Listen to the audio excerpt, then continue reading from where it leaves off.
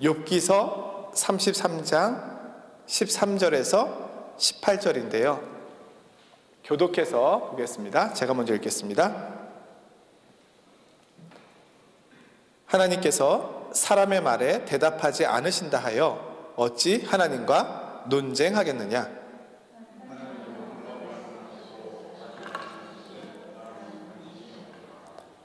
사람이 침상에서 졸며 깊이 잠들 때에나 꿈에나 밤에 환상을 볼 때에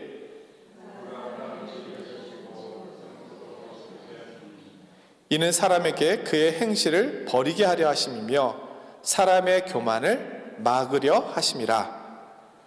그는 사람의 혼을 구덩이에 빠지지 않게 하시며 그 생명을 칼에 맞아 멸망하지 않게 하시느니라. 아멘. 지난주에 엘리후의 등장에 대한 말씀을 드리면서 엘리후가 욥과 세 친구를 비난했다. 세 친구를 향한 비난은 왜 욥 한 명을 세 명이서 그렇게 많은 논쟁을 했는데 설득시키지 못하느냐? 나이가 많은 세 분 앞에 내가 감히 말을 할 수 없었지만 이제는 이 지혜자가 말을 하겠습니다. 이게 엘리후의 등장입니다. 그리고 욥을 향해서는 어떻게 감히 네가 하나님보다 의롭다 할 수 있겠느냐? 어디서 그런 신성모독적인 배은망덕한 이야기를 하느냐? 자, 내가 하고 싶은 말이 내 입에 가득하다. 내 지혜가 내 입에 가득하다. 이제 들어보아라 하면서 엘리후의 이야기는 다음 주에 했는데 오늘이 바로 그 기다리던 다음 주가 되었습니다. 자, 엘리후가 뭐라고 이야기를 하길래 이렇게 장황하게 등장부터 남다른 모습으로 나타났을까요? 결론적으로 말하면 그다지 다르지 않습니다. 엘리바스나 빌닷이나 소발 이 욥의 세 친구가 욥의 고난을 해석하고 평가하기를 너의 죄 때문이니까 너는 회개해야 한다. 이것이 하나의 요약이었잖아요. 엘리후도 욥에게 너의 죄가 있으니 회개하라. 결과적으로는 다르지 않습니다. 근데 무엇이 다르길래 엘리후가 그렇게 거창하게 자기 표현을 했을까요? 몇 가지가 있는데요.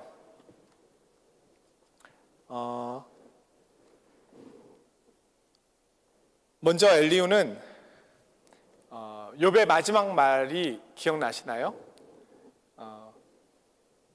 욥은 내가 하나님 앞에 이렇게 고난의 심판을 받을 정도로 죄를 범하지는 않았다.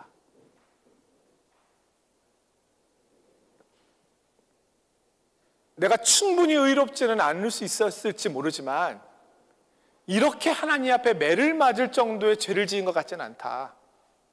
그래서 나는 정말로 나의 죄 때문에 이렇게 고난이 온 것이라면 모르겠지만 그렇지 않다고 생각하기 때문에 나를 향한 하나님의 심판이 너무 과중하다고 생각한다.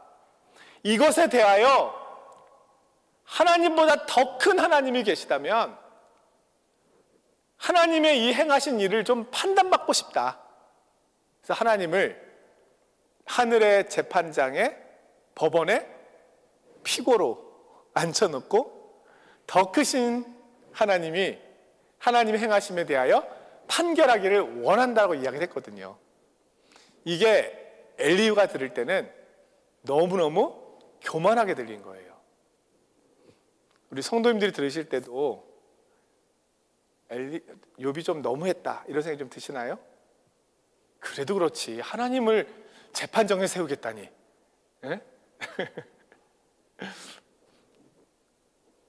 욥은 자신이 의롭다고 얘기한 적은 없습니다. 나는 충분히 의롭다 이렇게 얘기하지 않았어요. 물론 지나온 자신의 삶을 돌아보면서 자신이 의를 많이 행했다라고 얘기했지만 하나님 앞에 나는 책망할 거 없고 흠없는 의인이라고 이야기한 적은 없습니다. 그러나 자신이 완전하진 않지만 하나님 앞에 이런 징계를 받을 만큼 죄를 범한 것 같지는 않습니다가 욥의 하소연이었습니다. 근데 엘리후는 그 이야기를 욥이 하나님보다 의롭다고 한다라고 판단했습니다. 한마디로 엘리후가 앞서서 생각한 거예요. 욥이 하나님보다 의롭다고 얘기한 적은 없거든요. 하나님을 재판장에 세우겠다는 말이 내가 의롭기 때문에 하나님보다 의로운 나를 어떻게 하나님이 나를 심판하시느냐 이렇게 생각했기 때문에 세우려고 했던 것은 아니잖아요. 내가 이렇게 혼날 정도로 내가 잘못한 것이 있는가? 의로우신 하나님이시라면 과연 나를 이렇게 심판하시는 것이 옳은가? 그 부분이 욥의 탄원이었지. 내가 하나님보다 의로운데 어떻게 하나님이 나를 심판하시느냐 이렇게 얘기한 적은 없습니다. 근데 엘리후는 욥의 이야기를 그렇게 들었어요. 우리가 다른 사람의 이야기를 들을 때 이렇게 들을 수가 있어요. 뭐 부모님의 이야기든 자녀의 이야기든 나는 잘못한 것이 없어 라고 얘기했는데 네가 뭘 잘했다고 아니 잘했다는 게 아니라 잘못한 게 없다고 그 말이 그 말이지 뭐 이런 거 있잖아요. 대화하다 보면은 엘리후가 앞서간 거예요.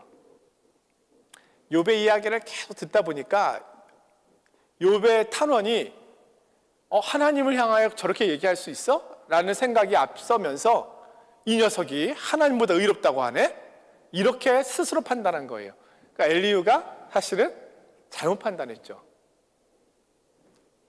그래서 이것은 엘리후의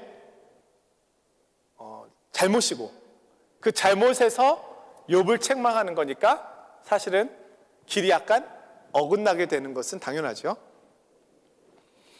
근데 엘리후가 욥에게 이야기할 때 주목해야 될 것은 엘리후는 하나님의 공의와 정의를 아주 절대적으로 생각합니다. 물론 우리도 하나님의 정의와 공의는 절대적이라고 생각하잖아요. 그렇죠? 하나님은 선하신 분이잖아요. 그리고 진실하신 분이시고 전지전능하시고 모든 것을 아시는 분이잖아요. 그런데 엘리후에게 있어서 하나님은 더 절대적인 분이에요. 감히 피조물된 우리가 하나님을 향하여 논한다는 것 자체가 엘리후가 들을 때는 이건 받아들일 수가 없는 거예요.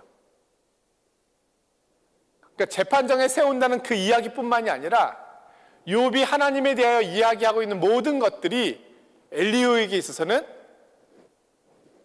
이건 맞지 않다. 어떻게 정의로우신 하나님을 감히 욥이 판단하느냐?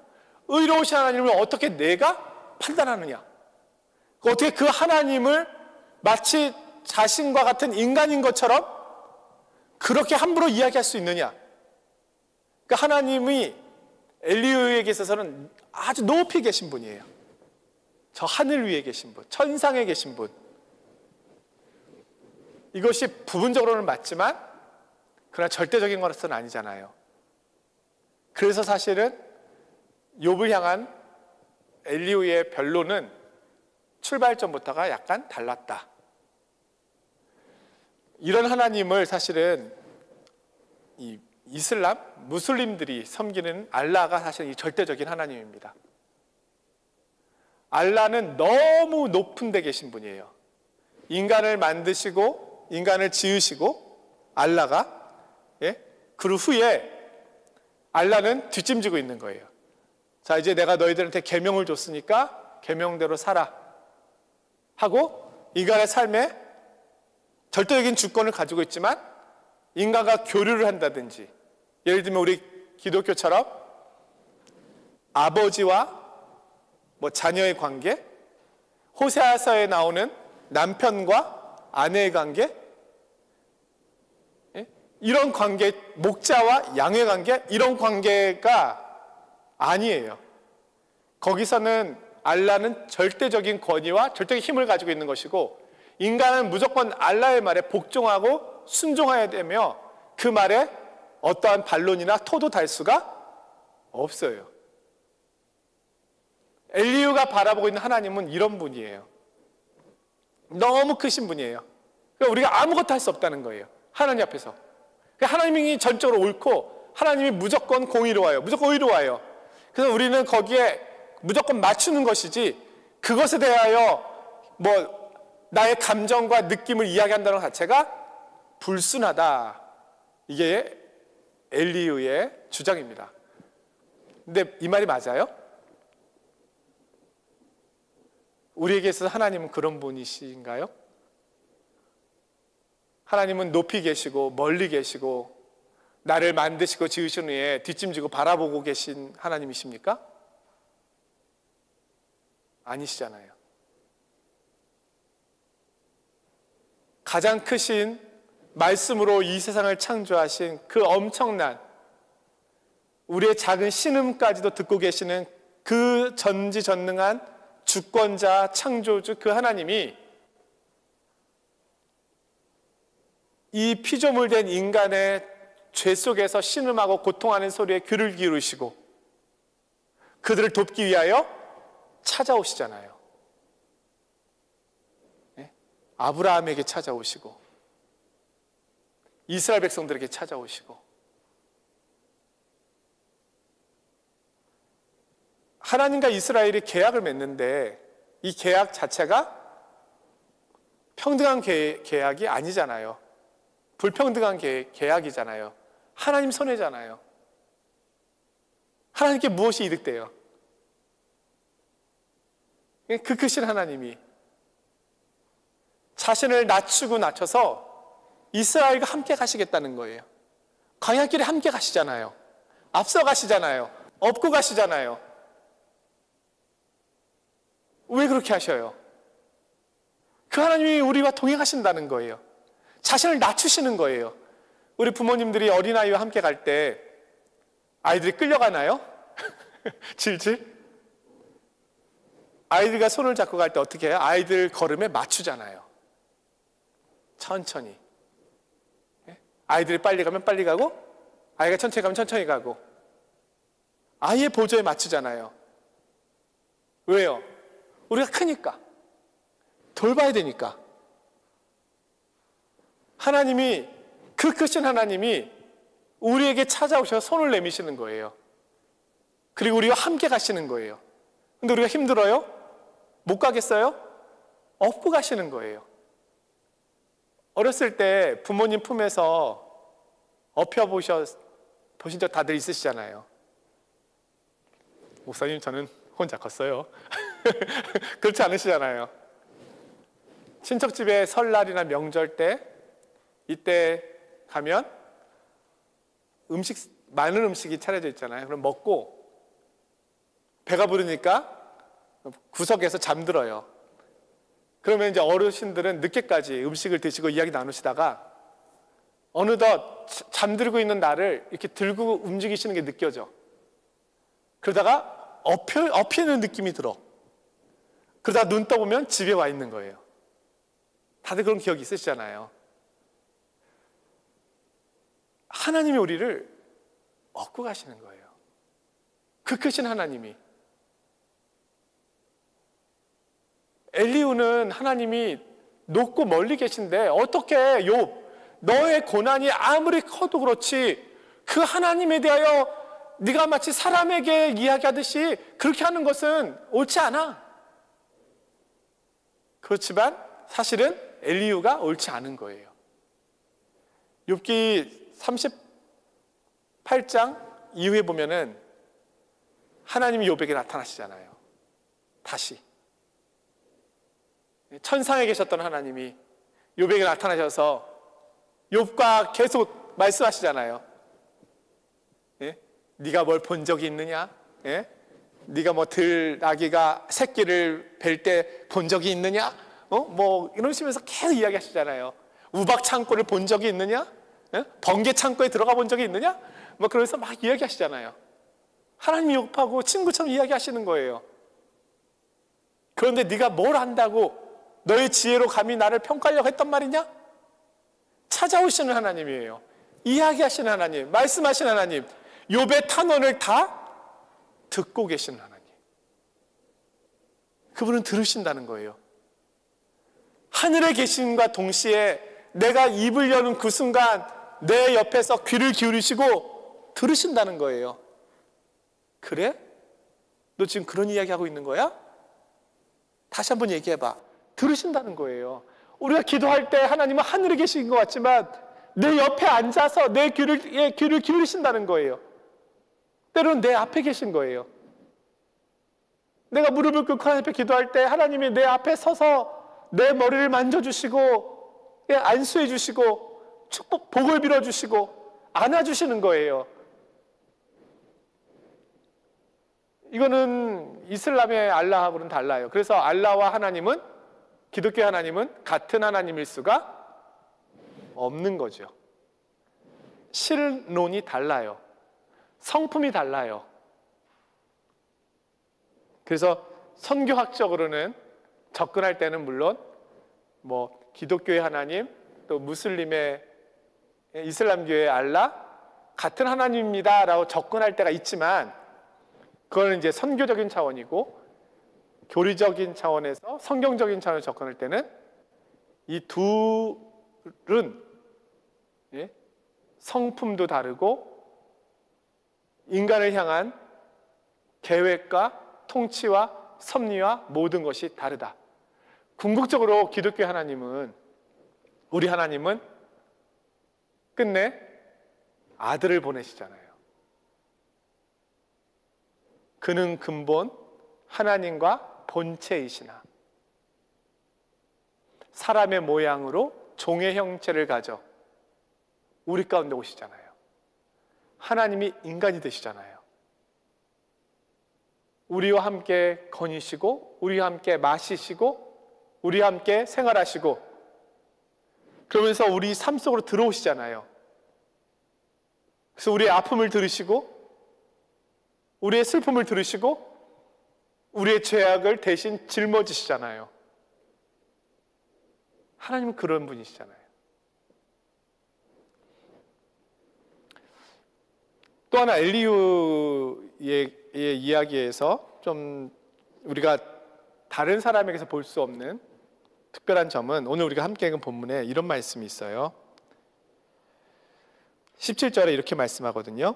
이는 사람에게 그의 행실을 버리게 하려 하심이며 사람의 교만을 막으려 하심이라. 엘리후가 욥의 고난을 설명할 때 하나님께서 우리에게 고난을 주시는 이유는 앞으로의 더 큰 고난으로부터 우리를 보호하기 위해서다, 이렇게 이야기하는 거예요. 하나님께서 우리의 의롭지 않음으로 인하여 우리를 심판하시는데, 최종적인 심판을 하시면 그건 너무 무겁고 너무 큰 것이기 때문에 그 최종적인 심판에 가기 전에 하나님께서 우리를 고난의 현장으로 몰아넣으셔서 우리로 하여금 회개하게 하시는 거다. 그러니까 지금 하나님은 당신에게 앞으로의 최종적인 심판에 이르기 전에 구원의 길을 알려주시기 위하여 자네에게 고난을 주신 것이다. 그러니 회개하여 더 큰 고난의 길로 가지 않도록 하여라. 이게 엘리후의 욥의 고난에 대한 진단입니다. 근데 이건 옳은가요? 욥이 지금 당하고 있는 고난보다 더 큰 고난이 있다면 말이 안 되잖아요. 모든 걸 다 잃었잖아요. 뭘 더 잃어야 최종적인 심판까지 가지 않는 겁니까? 그러니까 엘리후의 이야기는 어느 정도의 고난 속에 있는 사람에게는 충분히 근거가 있는 이야기일 수 있습니다. 그러나 욥에게는 맞는 권면은 아니었죠. 욥은 지금 견딜 수 없는 최종적인 고난 속에 있는 거예요.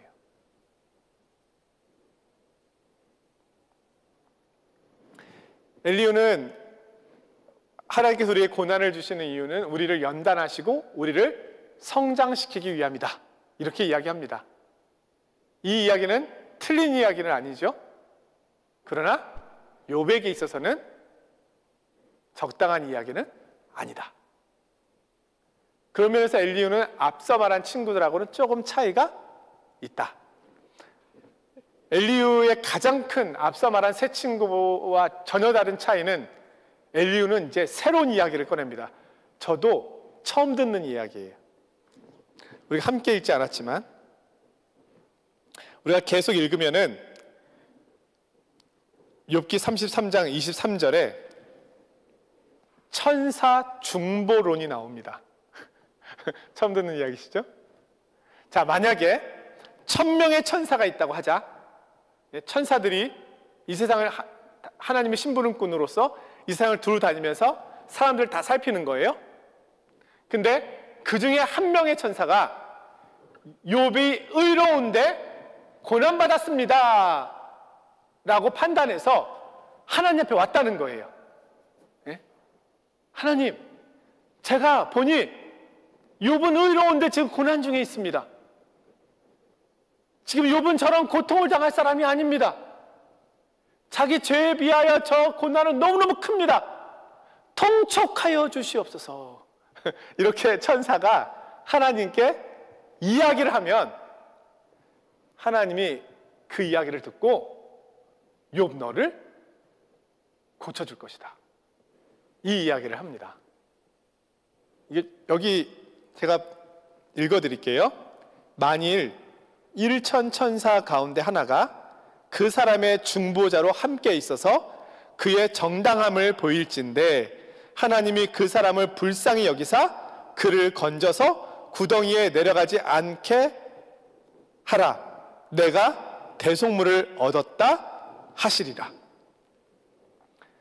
천사의 중보를 통해서 천사의 중보가 대속, 욥의 죄에 대한 모든 고통에 대한 모든 것을 대신 치른 것으로 간주하여 욥을 회생시킬 것이다.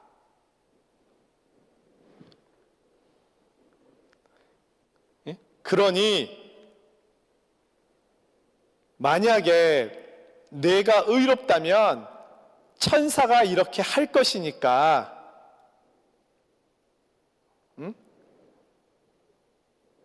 하나님 앞에 함부로 변론하려고 하지 말고 참고 기다리라. 이게 엘리후의 이야기입니다. 엘리후는 분명 세 명의 친구와는 달랐어요. 새로운 이론을 가지고 왔어요.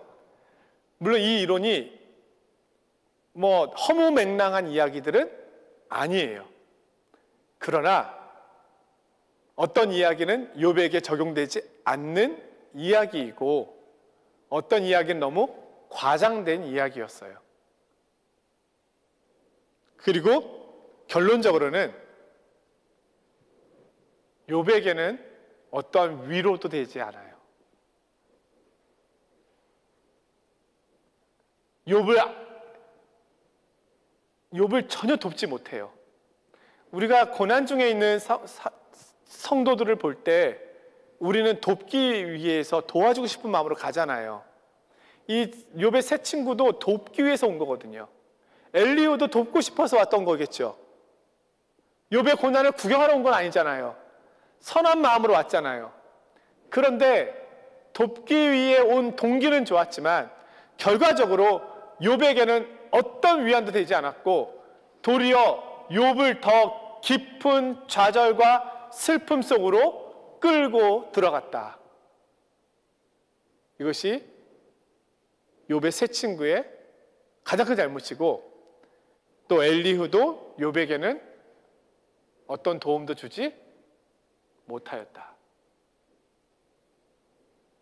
자, 그러면 이 욥기가 정말로 우리에게 주려고 하는 교훈은 무엇일까요? 저도 곰곰이 생각하고 또 생각해 보거든요. 이 장대한, 이 두꺼운 욥기라고 하는 책, 우리 어느 집사님이 그런 얘기 해주셨는데 본인에게 있어서는 레위기보다 더 어려운 책이 욥기였다. 레위기도 만만치 않다고 생각했지만 그 어려운 레위기를 지나가고 욥기에 딱 도달하면 욥기는 왜 이렇게 무엇을 말하려고 이렇게 두꺼운가, 도리어 더 어렵다라고 말씀하신 분이 계셨는데요. 이 두꺼운 욥기 책이 과연 오늘 우리에게 무엇을 말하려고 하는 것일까요? 제가 생각해 본 것은 우리는 고난이 찾아오면 고난을 해석하려고 합니다. 이 고난이 왜 나에게 왔을까? 내가 무엇을 잘못했길래? 우리 이렇게 생각하잖아요. 내가 전생에 무슨 죄가 있어서 지금 이렇게 고난을 당하는가? 그래서 우리는 내가 지은 죄가 있든 없든 그 죄에 주목을 하게 되잖아요. 근데 이것이 나의 문제뿐만 아니라 이제 가족과 지체의 문제로 들어가면 저 성도님은 어떤 죄가 있어서 저렇게 고난을 당하실까? 이렇게 되잖아요. 근데 그런 해석이 욥기에 의하면 맞지 않다. 어떻게 보면 욥기는 고난의 문제 앞에서 우리로 하여금 해석을 하려고 하는 이 헛된 노력을 멈추라고 이야기하는 것 같습니다. 고난의 원인이 중요하기보다 고난을 맞이하고 있는 고난에 대한 태도가 중요하다고 말씀하고 있는 것으로 보입니다. 왜 나에게 고난이 왔느냐가 아니라, 그래, 내게 온 이 고난을 내가 어떻게 하나님 앞에서 이겨가야 할까? 감당해 가야 할까? 이 고난에 대한 하나님의 뜻은 무엇일까? 그것을 찾아가는 것이죠.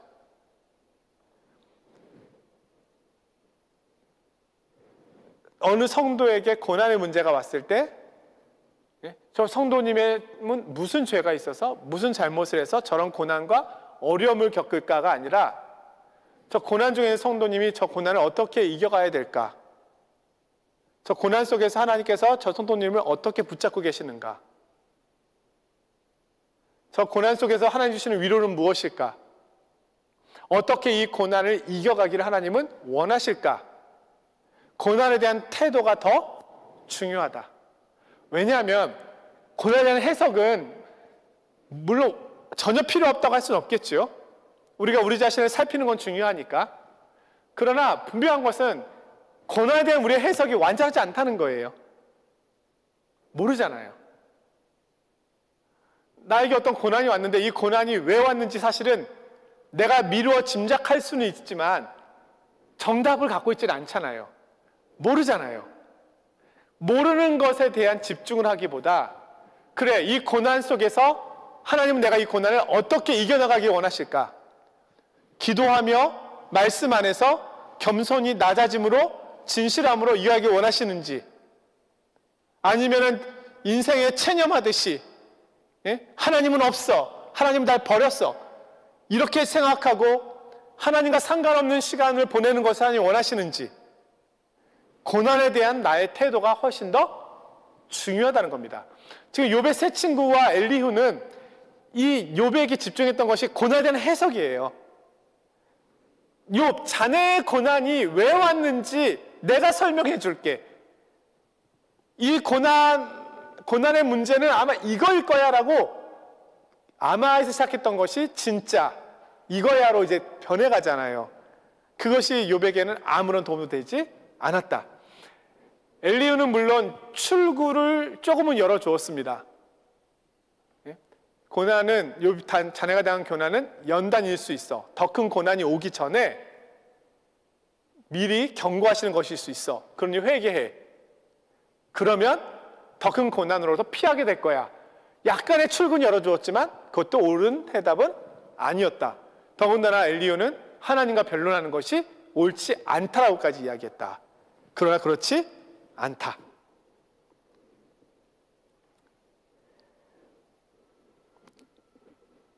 결국 이 고난 속에서 우리가 바라봐야 할 것은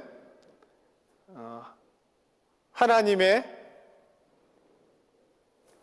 크심과 지혜 앞에서 내가 다 알 수 없지만 하나님께서 나를 아시기 때문에 이 고난의 현장을 내가 하나님의 지혜와 은혜를 구하면서 하나님의 뜻이 분명해질 때까지 이겨 나가는 것, 그것이 결국은 우리에게 요청되는 최선의 모습이 아닐까, 이렇게 말씀 안에서 생각해 보게 됩니다. 결국 욥의 고난은요,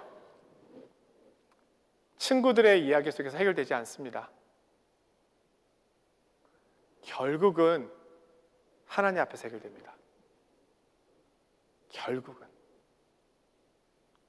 인생의 문제는 결국은 하나님 앞에서 해결됩니다. 우리가 하나님 앞에 나아가는 이유는 여기 있습니다. 아무리 많은 지혜자들이 나의 삶에 대해서 이야기해주고 나에 대해서 말해준다 할지라도 결국 나보다 나를 더 잘 아시는 하나님만이 내 인생의 최종적인 해결자가 되십니다. 욥이요, 하나님을 만나잖아요. 욥기 후반부에서 해결됐어요. 근데 우리가 알고 있듯이 하나님이 욥에게 고난의 이유를 설명해 주지 않으셔요. 내가 왜 고난당했는지를 알면 이 문제가 해결될 것 같았다고 생각이 들었는데 하나님이 고난의 이유를 설명해 주지 않아요. 근데 이 고난의 문제가 해결돼요. 결국은. 왜냐하면 이 고난의 이유의 영역은 때로는 우리의 경험과 지혜를 뛰어넘는 영역이거든요. 하나님의 지혜 영역까지 나아갈 수 있거든요. 말씀해 주셔도 우리가 모를 수 있거든요. 하나님의 관심은 거기 있지 않아요. 우리가 거기에 관심을 갖는 거지. 욥의 고난은요, 하나님을 만나니까 해결된 거예요. 욥아, 네가 하는 말이 어리석구나.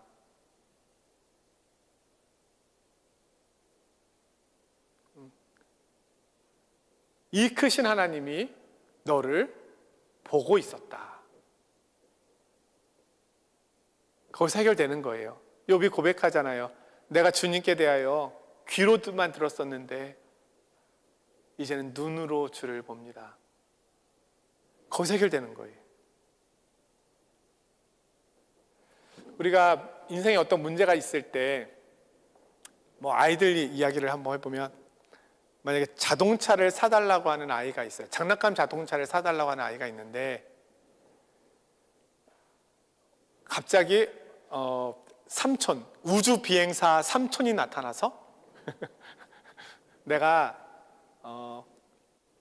이번에 달나라에 가는데 널 데리고 갈게. 그냥 하는 얘기예요.